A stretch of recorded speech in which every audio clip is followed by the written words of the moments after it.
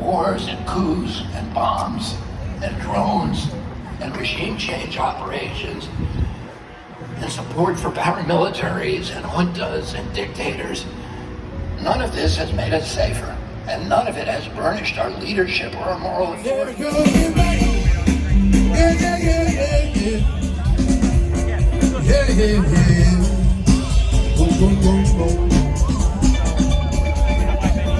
Walked up to a drifter rolling up on Santa Fe. Philadelphia Independence Mall, October 9th, 2023. Don't forget now. Don't forget about the train. Oh, you can have all your electric cars and all your satellites that tell you where We are you are. disenfranchised and disenchanted with the entire political process. The adults we elected to lead by example, they have gotten us nowhere. In the two-party system that focuses on all the ways we're different, they've forgotten all the ways we're actually alike. So I decided to start speaking up, and I know Mr. Robert F. Kennedy Jr. is one of the strongest proponents of free speech in the game right now. So I want all the young people out there to know, I've been where you are. I've been disenchanted, I've been disenfranchised, I've said it's too crazy, I'm gonna sit this out. But the stakes are way too high to sit this cycle out. So if you have a cell phone with a camera and a Wi-Fi connection, you can get involved. Like many of you in the crowd, my family has stepped forward to serve time and time and time again over the generations. From places like Kings Mountain for the Revolution, to Antietam, to over the skies of Europe, to Korea, to Vietnam, to Iraq. Every single time this nation has asked us to step up and fight for it, we have done it. Not for any place of greater glory, but simply for duty, honor, and to defend the ideals and citizens of this country. However, we can agree here, I think, that over the last 2 decades in particular, that has drifted away. However, with Mr. Kennedy in the office, that changes now. With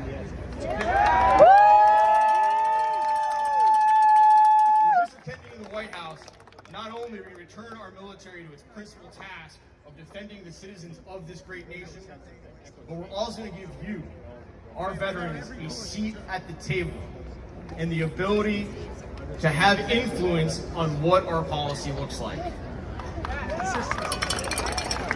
I want to bring wars to a close in this country. If you want to know who has the strongest peace opinions in this country, it is arguably the U.S. veteran. We have been overseas, we have seen what works, we have seen what does not work. And we need to change that now. Absolutely. But Mr. Kennedy cannot do this alone. We need you. We need all of you in that crowd to step forward one last time and join us.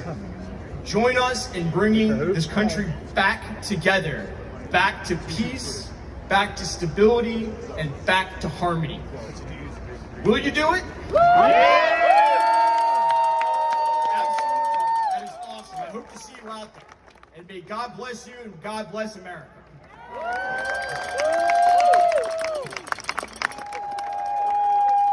Elizabeth and I are very excited to join you on this momentous occasion. I want to thank all of you who have traveled from across the United States for this moment. This journey that you've made is part of the journey that America is about to make. And are you ready for today? Are you ready for the next President of the United States? This country's journey began in 1776, right behind you on this beautiful mall. As we hear these bells tolling right now, the bells are tolling for the beginning of a new America, an America which lives up to the promise which was brought forth in 1776, of the equality of all people, that all men and women are created equal, it is up to us to help this promise evolve. And this is what this campaign is all about. It is about an evolutionary journey towards freedom, towards confirming the potency of our Constitution, towards reclaiming our basic rights, towards unity as a nation, towards bringing us all together, towards lifting up the cause of nationhood. This is a new America that we are creating at this very moment.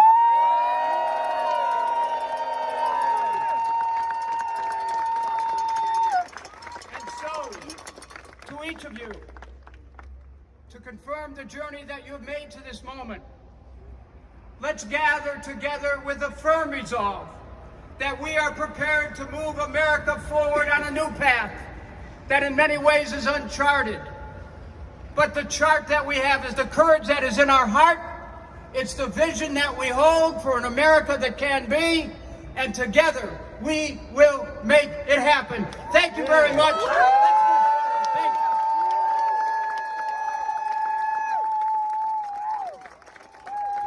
Let us begin with a moment of silence, commemorating the many innocent lives lost in the terrorist carnage in the Middle East over the past 3 days.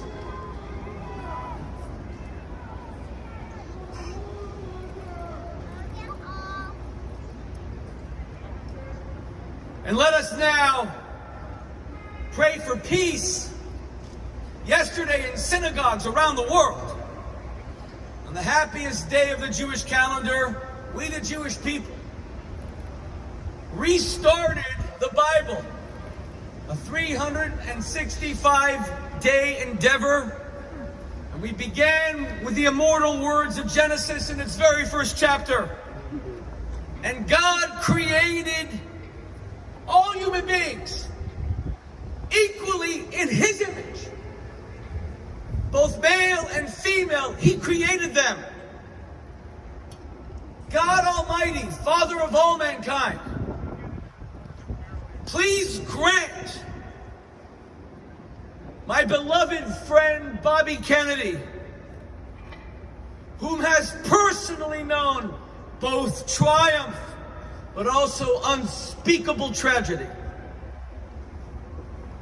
both illumination but heart-wrenching sorrow, the wisdom to lead humanity to this fundamental of all recognitions, that every human being, regardless of race, of religion, of creed, is possessed of the infinite spark of the divine, and that we are all equally God's children.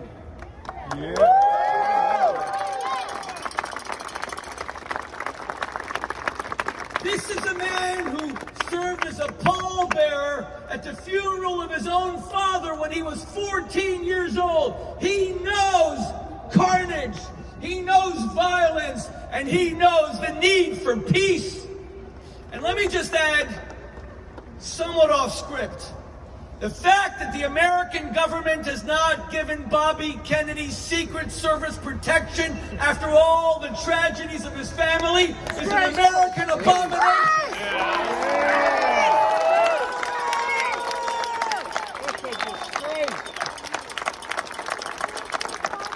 The fact that after everything his family has done to serve this nation, we are not making sure that he personally is safe along with his family is an assault to American decency.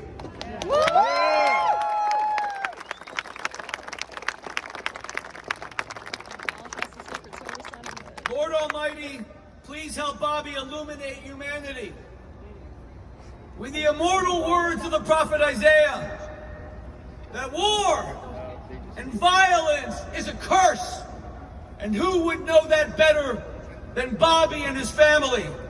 That the time will come, speedily in our own time, when the wolf will finally lie down with the lamb, when enemies will bury their swords into plowshares, and no man will ever again teach his son the art of war. And this is especially true of the three great Abrahamic faiths, Judaism, Christianity, and Islam. And I, as a Jew, so greatly respect Bobby as a man of indomitable faith, inspiration, and vision.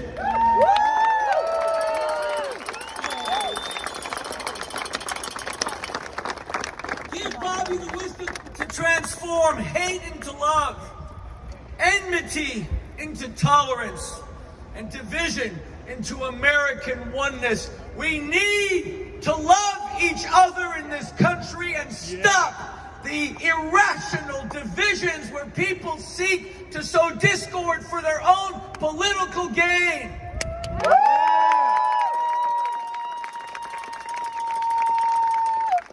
Give Bobby the courage to inspire both my Arab brothers and sisters and my nation, the Jewish people. Both Catholics and Protestants, atheists and agnostics, right and left, conservative and liberals. Let us unite them to reject all ideologies of hate that are an affront to a God of love. Let us sow the seeds of friendship, the seeds of brotherhood, and the seeds of American people at this time of unspeakable sorrow, the children of Israel. Let us protect all of our peace-loving Arab brothers and sisters, and most of all, protect Bobby as he goes through this process of trying to make us once again into a United States of America, not a divided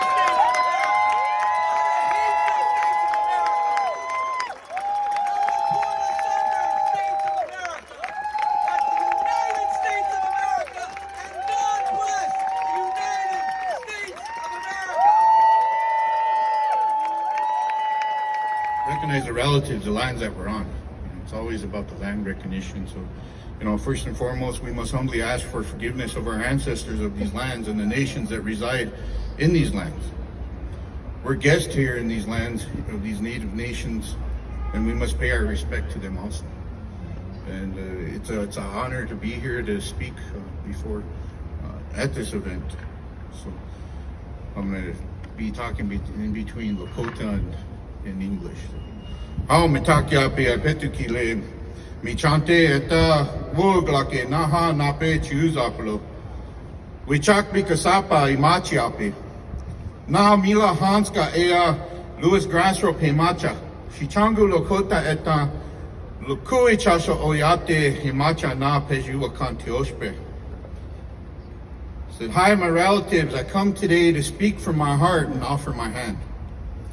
Wise Star is my Lakota name, and my name is Louis Grassrop from the Lower Brute Band of Sioux Nation of Indians. I'm a current Lower Brute Sioux Tribal Council member and a Black Hills Sioux Nation Treaty Council delegate from the Lower Brute Band of Sioux Nation of Indians, and a grassroots leader and organizer on current issues within our Lakota, Dakota, and Nakota nations. We are gathered here today on this Indigenous Peoples Day within Turtle Island to remember our Native ancestors and the descendants within their ancestral lands that we call the United States of America. For us Native descendants, it's been our acknowledgement of our kinship to our ancestral teachings, of our Native origins to these lands and the protections that were promised through our treaties. This day is in recognition of those Native ancestors who showed their warrior spirit to maintain our beliefs and our value systems left for us as a guidance to protect Mother Earth. The blueprints they left for us Native descendants is to continue to walk in our natural ways of life and bring balance to a world that is divided in many ways. We're in a time of hardships, and it's up to the people of this world to come together and find better pathways for our future generations. As we pray silently and in our own way or openly is for peace for all creations to live as one amongst these lands and world. Our ancestors endured a traumatic history that needs to be heard from the voices of their descendants that we still feel today. They also showed us through their journeys a way of life that is from the origins within our Native core values and beliefs to keep going for the greater vision of our Native generations to come. Through that vision, we will find a way to mend the sacred hoop of all Indigenous peoples in unity for all creation. We must practice our kinship practices to restore roles as allies with all Indigenous peoples of this world. If we want descendants, then we must become ancestors for the next 7 generations of people. For a really good reason today.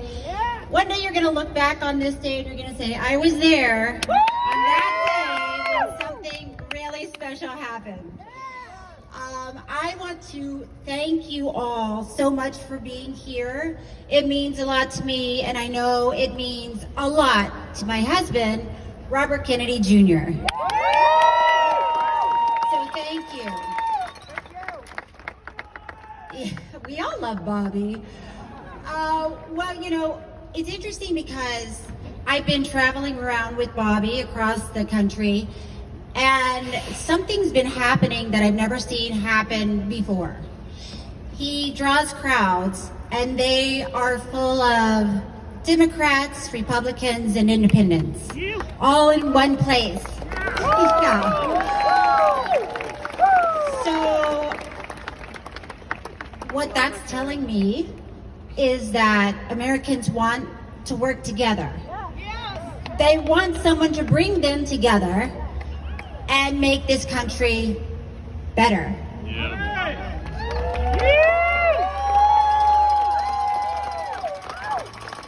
So that's what Bobby's ready to do. He is ready to fight for the working class American because he's been doing it all his life. I've been watching him do it. As a matter of fact, you know, he's an environmental attorney, and for decades he's been fighting against these big corporations, these corrupt corporations that were stealing from the working class American. I was in San Francisco when Bobby and his law firm stood up against Monsanto on behalf of one man, a man named Mr. Johnson, who was a groundskeeper at a school, and he would wear Roundup weed killer on a tank on his back and do his job, kill the weeds, spray the lawn, and he started developing lesions on his back. He reached out to Monsanto and told them what was happening. Could this possibly be caused by Roundup? And Monsanto never responded. So Mr. Johnson went back to work. He kept using the Roundup. He got sicker and sicker and developed non-Hodgkin's lymphoma. And Bobby and his law firm sued Monsanto. They proved that Monsanto did indeed see these messages. They saw what Mr. Johnson had said and how he had reached out, and they didn't respond because they were making too much money. So Bobby has stood up for the little guy, for the average person who's just trying to make a living. He's been doing that all his life. They won the Monsanto suit, which of course, and then that of course opened up to other suits because Roundup is killing people. So one thing I know about Bobby is if he hears that can't be done or you can't do it, it only sparks a fire in him and it makes him fight harder. So I'm here to tell you that Bobby is ready to fight for you guys. Are you ready for him to fight for you?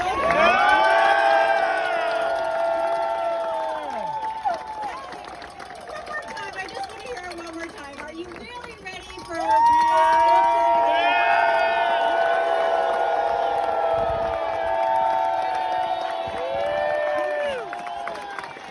All right, listen, I know you didn't come here to hear me talk.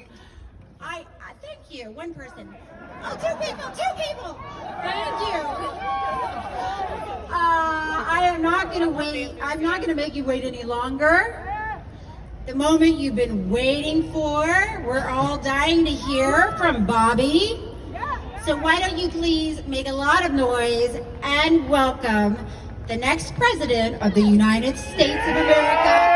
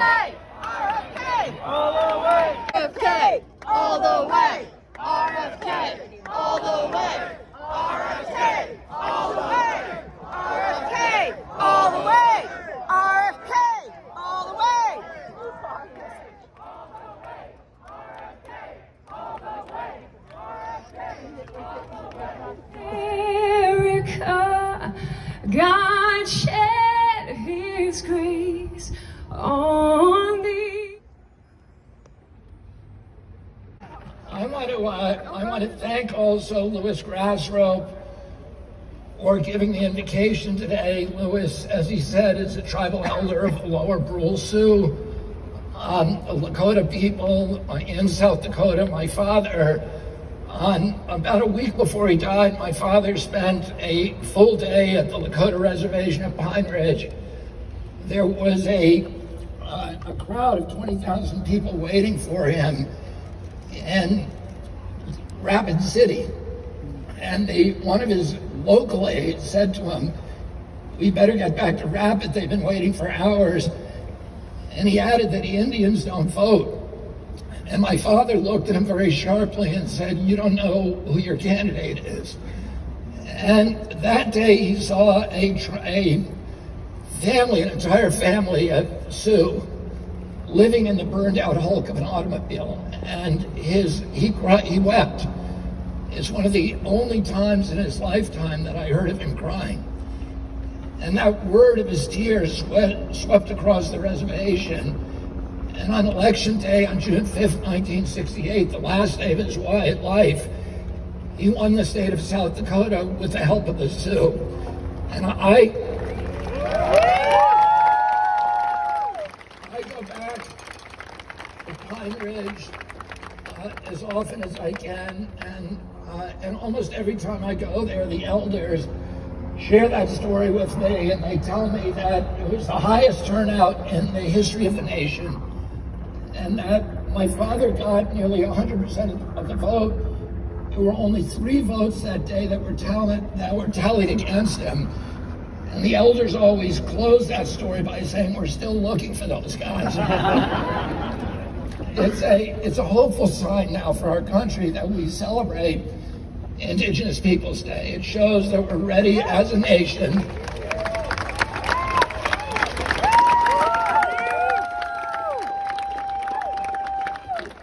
It shows that our country is now ready to explore and to tell each other the untold histories of those dispossessed people who have previously languished on the margins. But today, as the corrupt powers have overtaken our government, the ranks of the dispossessed have swelled so that they not only include Indigenous Americans and Black Americans and Hispanic Americans, they include tens of millions of people who live paycheck to paycheck. Families get their medical care in the back of the bus. I've planted gardens in the food deserts in Watts and Cleveland. I've sat amongst migrant children at the border. I've met social workers and doctors in Yuma who treat these immigrants with kindness and heartbreaking generosity as if they were members of their own families. I've walked the fields with farmers in Kansas who can't drink from their own wells because they're poisoned by pesticides. These are members of the dispossessed now. I've sat at kitchen tables in Pennsylvania with parents working every hour that God gives them to afford a home of their own, only to have to get outbid by a hedge fund with a cash offer at the last minute.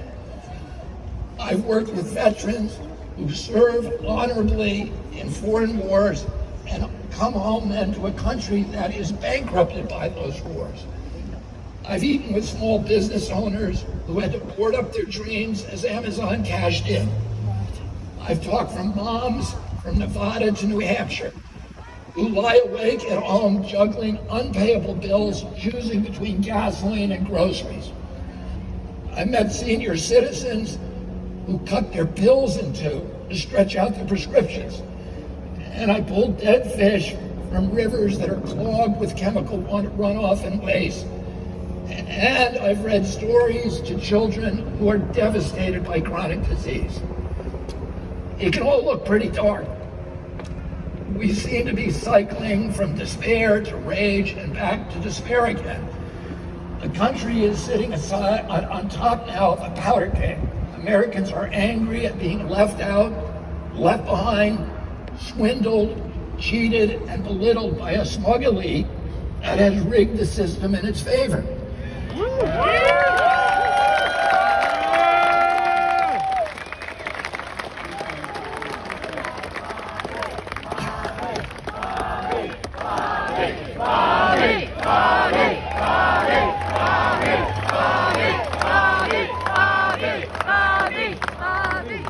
I've also seen hope. I've traveled millions of American miles across my career. And to quote Tennyson, I am part of all whom I have met. For 40 years, Americans across the country have fortified me with their courage and their idealism. But this year, I have witnessed an upwelling of optimism that I've never seen before. And optimism isn't the same thing as denial. We have to acknowledge the truth. We do face a decaying infrastructure and record levels of suicide, depression, addiction, chronic disease. We do face an entrenched political corruption and an inequality of wealth not seen in a century. But the good news is that people like yourselves are finally fed up.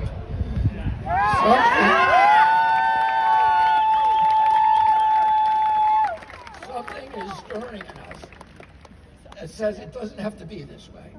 People stop me everywhere at airports, at hotels, malls, on the street, and they remind me that this country is ready for a history-making change. They are ready to reclaim their freedom, their independence. Yeah!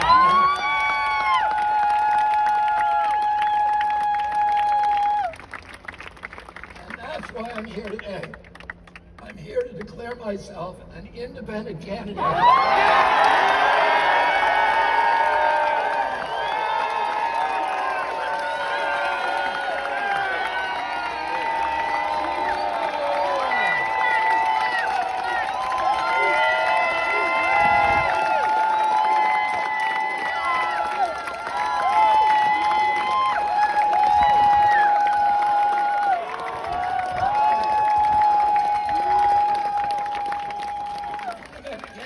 And President of the United States. But that's not all. I'm here to join you in making a new Declaration of Independence for our entire nation. We declare independence from the corporations that have hijacked our government. We declare independence from Wall Street, from big tech, from big pharma, from big ag, from the military contractors and their lobbyists.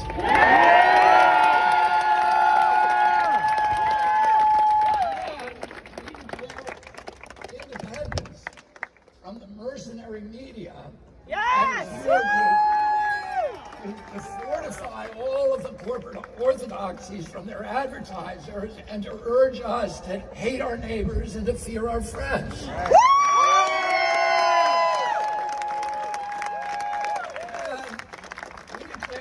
Independence from the cynical elites who betray our hope and who amplify our divisions.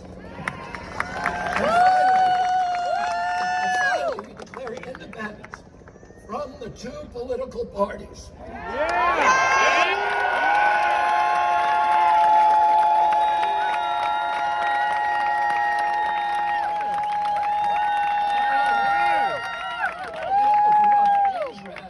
Pursuit of happiness that the people who sat in that hallway ratified for us in 1776, 1788.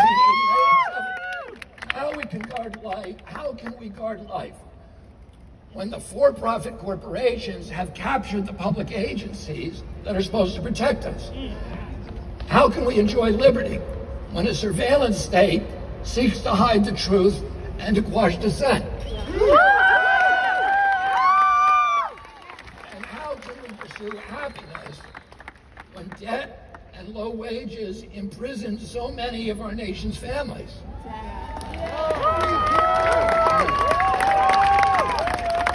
And so I've come here today to declare our independence from the tyranny of corruption, which robs us of affordable lives, our belief in the future, and our respect for each other. But to do that, I must first declare my own independence. Independence from the Democratic Party,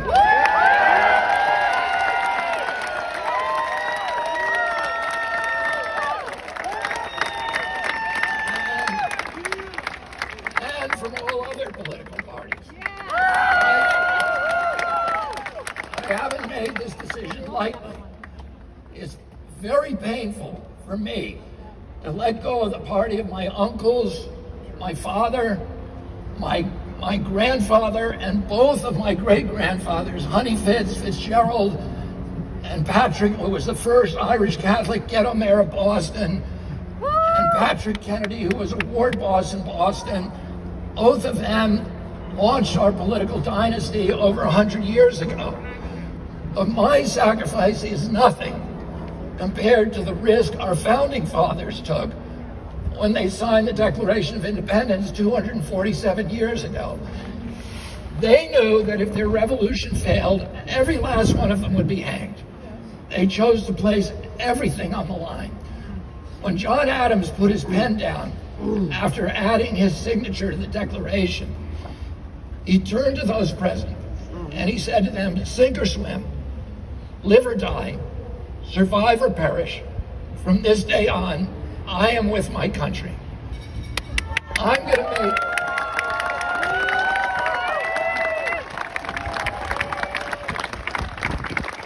to make that same pledge to you today, so that I can stand before you, as every leader should stand before you, free of partisan allegiance, free from the backroom deals, servant only to my conscience, to my Creator, and to you. Today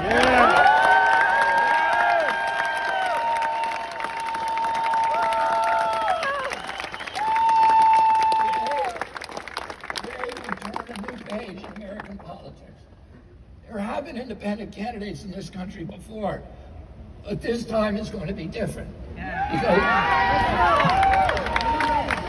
Because this time, the independent is going to win.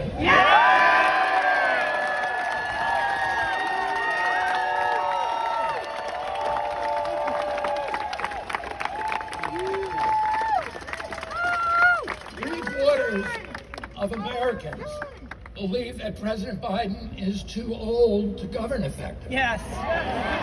Senile. President Trump Sleeping. faces multiple civil and criminal trials. Both of them have favorability ratings that are deep in negative territory. That's what two-party politics has given us.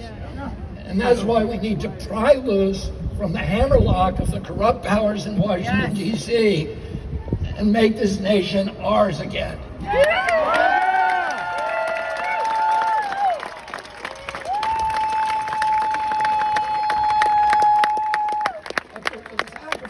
That everyone, including myself, have to make if we're going to reunite America. We're going to have to surrender the kind of political addiction that is ultimately at the root of all of these divisions. And that's the addiction to taking sides. Our nation's renewal is going to begin when we start to treat each other with respect.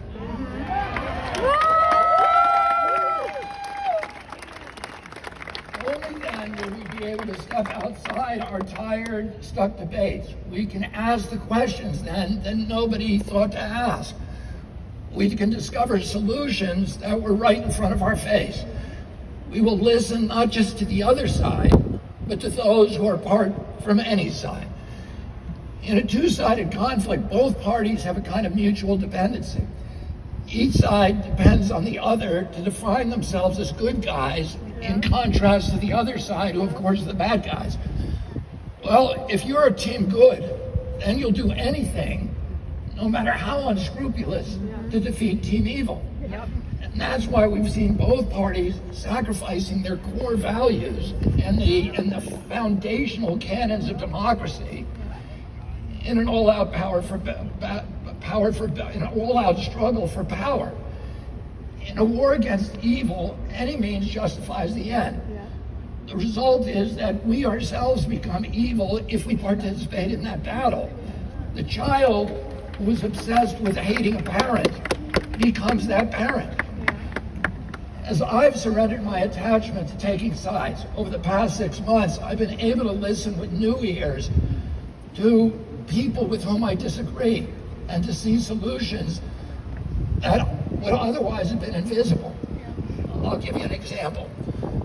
6 months ago, I thought that an open border was a humanitarian policy, and that if you were for sealing the border, it meant that you were probably a xenophobe and maybe a racist. I was wrong. How did I learn I was wrong? It wasn't just that I listened. It wasn't just that I listened to the other side. It was when I actually visited the border and listened to people who weren't on either side. My views changed as I spoke to Border Patrol officers, to local officials, to local sheriffs, aid workers, and to the migrants themselves.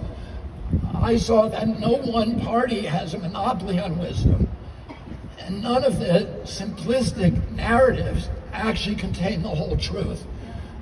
My promise to you as president is that I'm going to do this on every issue. I'm going to listen to the stakeholders.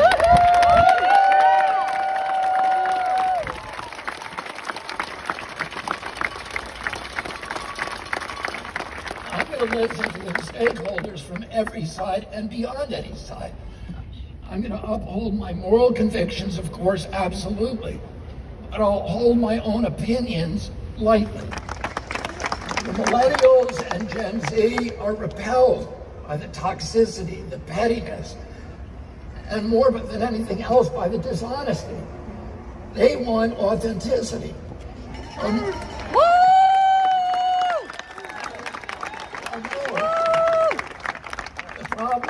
The problem is the politics. I'm committed to inaugurating a politics that is worthy of their engagement. I want to share with you a hopeful sign. I'm proud to say that my supporters include both pro-lifers and pro-choicers. They include climate activists and climate skeptics. They include vaccinated and unvaccinated. They include people who for years have been on both sides of the culture war. Why? Because more and more Americans are beginning to understand that for the good of our country, one cannot insist on getting one's way on every issue.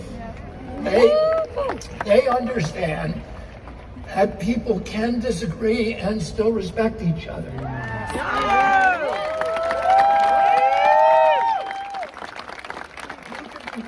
You can be pro-choice and not think that pro-lifers are women-hating zealots. You can support the Second Amendment and not think that gun control advocates are totalitarians who hate freedom. This is what I mean from independence. It's more than being independent of two existing parties. It's also independence from tribal thinking.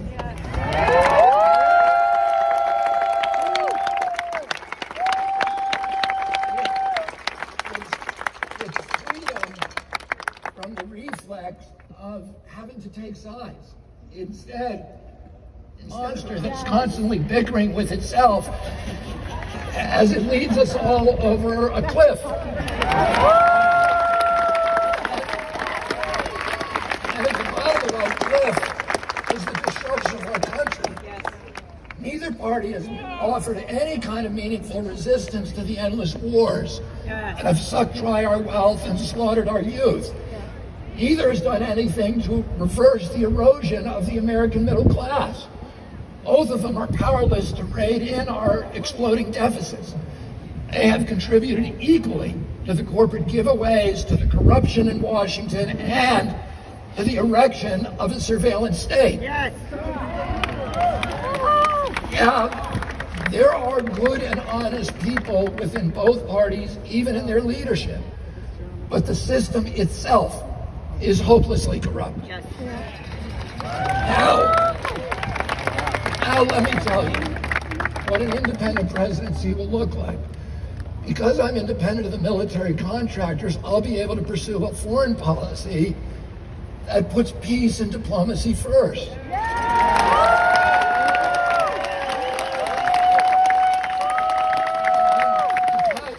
I'm independent of wealthy donors, I'll be able to close the loopholes and giveaways that bloat our budget. And because I'm independent of Wall Street, I'll be able to rescue debtors instead of the banks during the next financial crisis.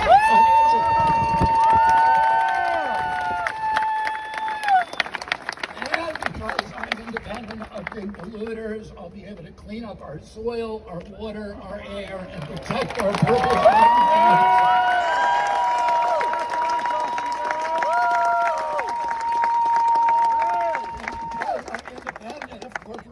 I'll be able to unravel the corporate capture of our regulatory agents. Take a summer vacation, and you can put something aside for your retirement. I know that it's a place where we don't have to choose between economic prosperity and environmental protection. I know it's a place where our children will have the same opportunities for dignity and enrichment and prosperity and good health as the communities that our parents gave us. I know it's a place where every American enjoys the right to vote and everybody has absolute faith that our electoral system has integrity and it's the best in the world.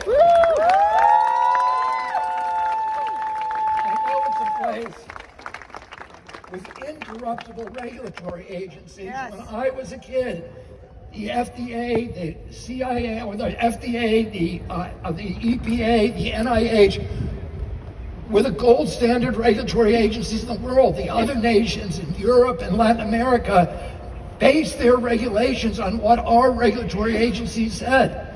They were absolutely incorruptible. They were gold standard science. I know that that promised land is a place which is a bastion for the rights that are enshrined in our Constitution. And I know that that promised land is a place where America is a moral authority around the world, that people look to us for leadership, and it's a place that promotes peace instead of war. And I know that America is possible when we declare independence from the deadlock party establishment.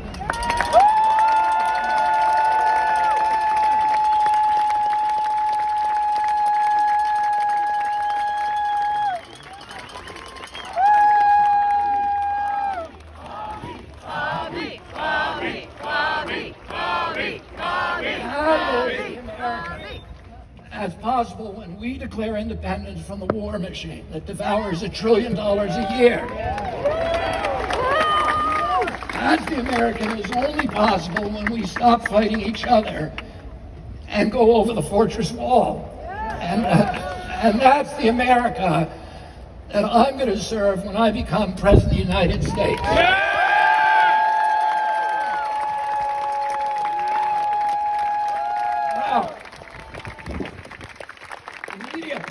Are going to tell you that we don't have any chance. They've given me a couple of first names. One of them is long shot candidate. And they say my impact is only going to draw votes from the other candidates. The Democrats are The Democrats are frightened that I'm going to spoil the election for President Biden.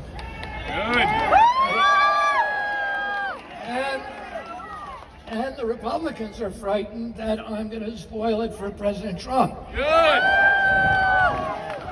The truth is, they're both right.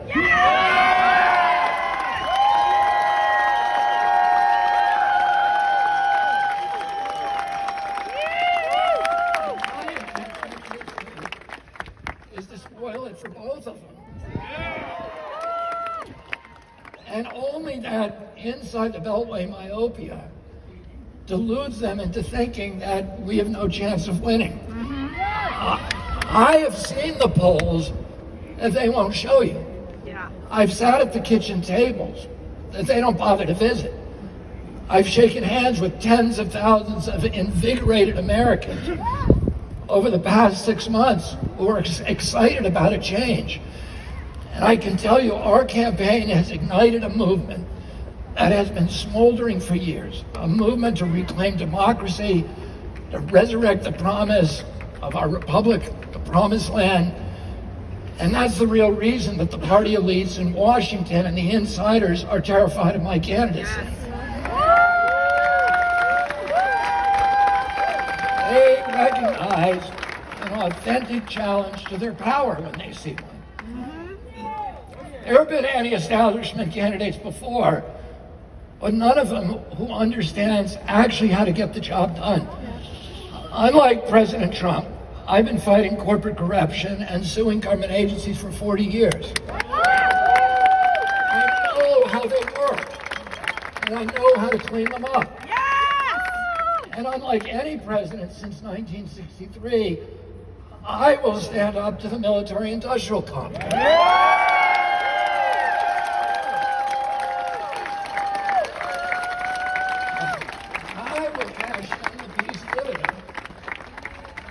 And I'll bring our troops home with honor.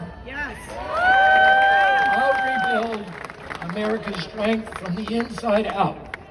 What really terrifies the elites, though, is not me. It's what I represent. A populist movement that defies left-right division.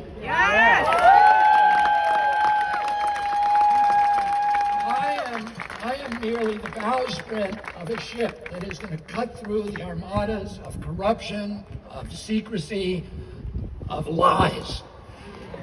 And except for the small minority of public officials who are actually corrupt, I'm going to tell you this secret. I am no enemy to the people of the two-party establishment, because guess what? They don't believe in it anymore either. They don't believe their own posturing. They don't believe their own rhetoric. That's why so many public figures, Democrats and Republicans, have told me quietly, I can't support you publicly, but I really hope you win.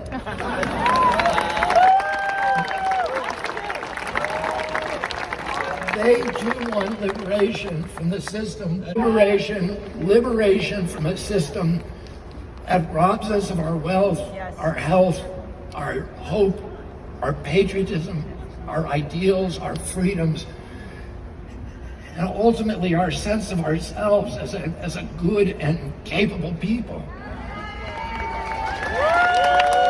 Is that kind of freedom possible?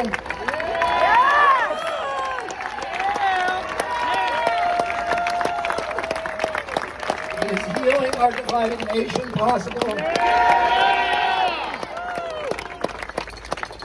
If we wait for someone else to liberate us and unite us, no, then it's not possible. It becomes possible when we decide to take action ourselves. People ask me, can you win? Yes. And I want to turn that question back on you. Will our movement win?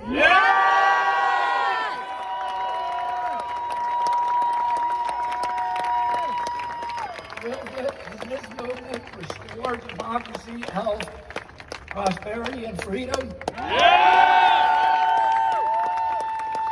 not asking you to make a prediction. I'm asking you to make a choice. It's going to happen if you choose for it to happen.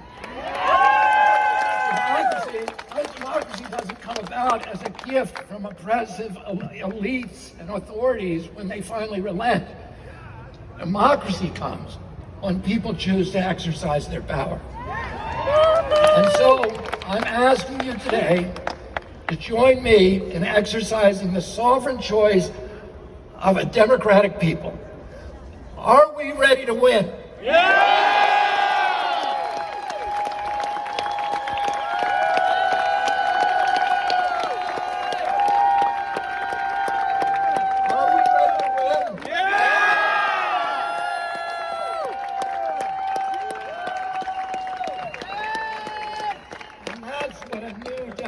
A new Declaration of Independence sounds like.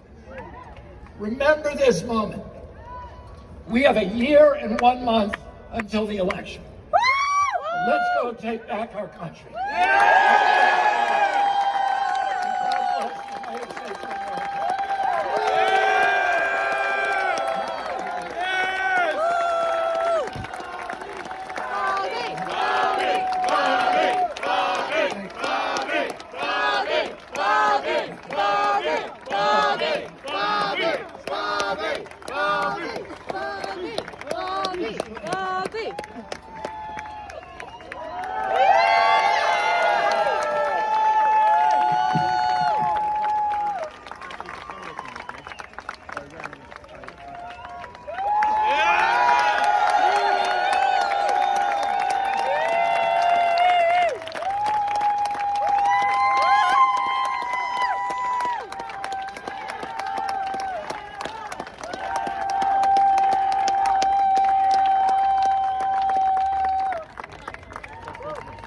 Ladies and gentlemen, Dennis Kucinich. All right, we're not done with this program yet. Look on the screens if you're going to make a contribution. Here comes the get that QR code. This moment, mingle with the spirit that put this movement together in 1776. So be with me. Let's become one and repeat after me. I declare. I declare. I declare. I declare my. I declare my. I declare my. I declare my. I declare my independence. I declare my independence. I declare my independence. I declare my independence. I declare my independence. I declare my independence. I declare my independence. I declare my independence. Hello, America, I declare my independence. I declare my independence. Louder, I declare my independence. I declare my independence. I declare my independence. I declare my independence. I declare my independence. I declare my independence. I declare my independence. Well done. Now let's go forward and take this country back. Thank you.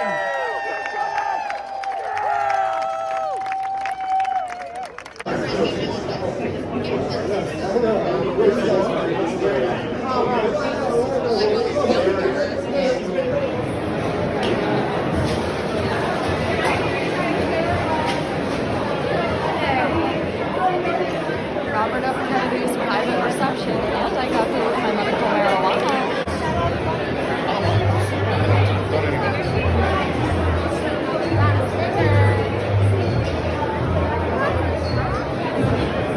There's